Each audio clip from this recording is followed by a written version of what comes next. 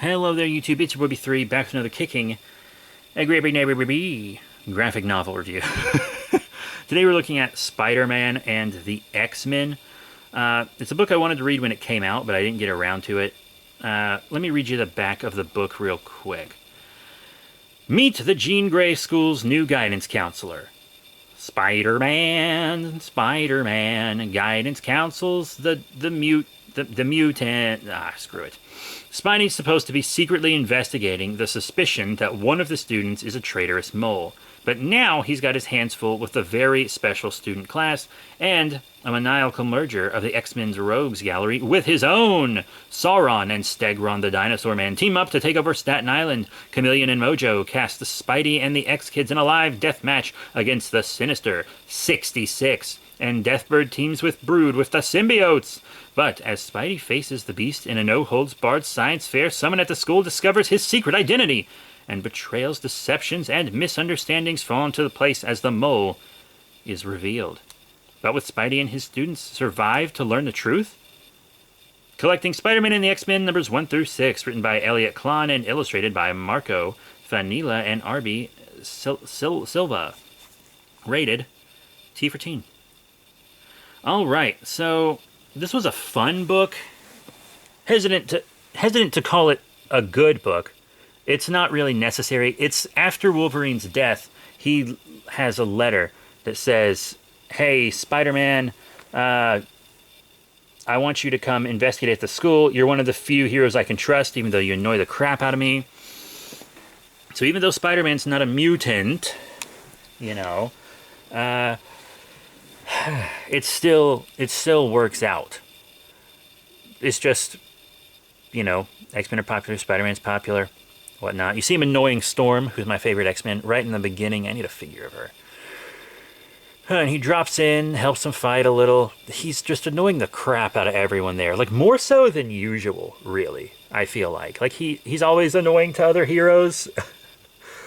But it's more in a fun way. But here it's like, okay, maybe tone it down just like a bit, Spider-Man. But he's teaching an ethics class, which I think makes sense for Spider-Man. I think it does, because that's really where he's at his finest. And he's got all these different students. And, each issue, it's very, very obvious who they want you to think the traitor is. And the fact that it's obvious who they want you to think it is makes you know it's not that character. You know what I mean? It's like too obvious. The point of this book, for me as a fan, is really just to see the team-ups between the enemies. Because, I'm going to be honest, Stegron and Sauron teaming up, amazing. I can't believe this hasn't happened before. It worked so well. So well. And they went to the Savage Land. And it was a little odd when both the dinosaur guys... Yes, I know Sauron is a pterosaur, not a dinosaur. But when both these guys start flirting with, this shark girl... Because sharks were, around before dinosaurs and pterosaurs.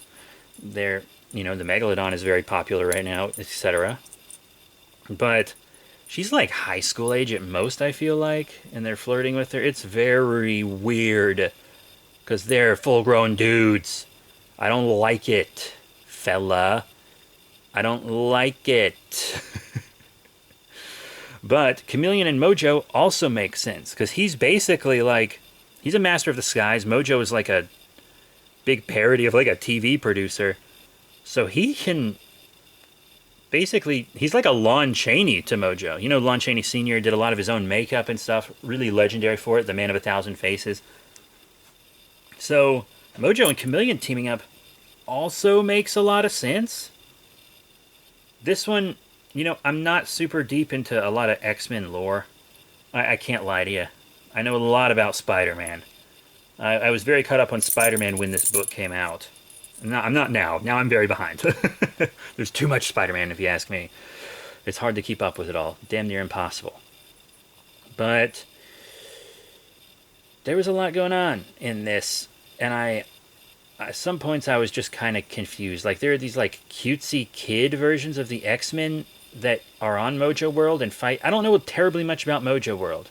If it wasn't in the X-Men animated series, I don't know very much about Mojo World. Sorry. I'm sorry about that.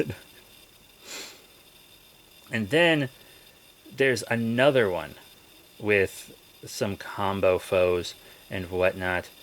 But there's like the Brood, and the Brood team up with the symbiotes. I can't lie, I know almost nothing about the Brood. But there are a lot of parts of this where it was just like the superhero school life parts. I really liked the kind of school life parts of this. But I know so little about Deathbird and the Brood, to be honest, that I was kind of a little confused. There are little things between issues that you can read to help. But, you know, these big comic universes can just be so hard to know everything. And then there are X-Men that, like, thinks Peter is the traitor, and there's a lot going on here. We do find out who the traitor is and, you know, who they're working for. And there's a lot of other stuff going on. Big spoiler, Mr. Sinister is the guy that's being leaked to. I'm not going to tell you who is leaking, but they're leaking to Mr. Sinister, who I actually think is a really cool villain. I haven't read any of the Jonathan Hickman X-Men stuff, but someone I work with has read like every issue of it, and I've been informed that he's really good in that, which makes me happy, because I thought he was really cool the times that I've seen him.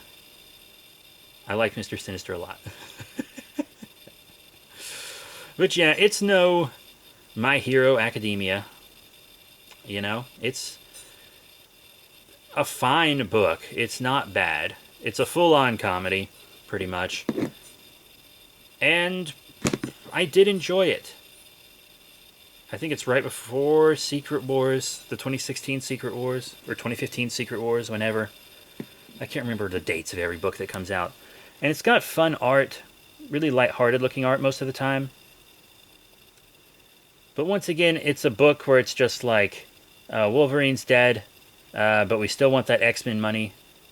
What Spider-Man's in always pretty much makes money, so let's just make a Spider-Man in the X-Men.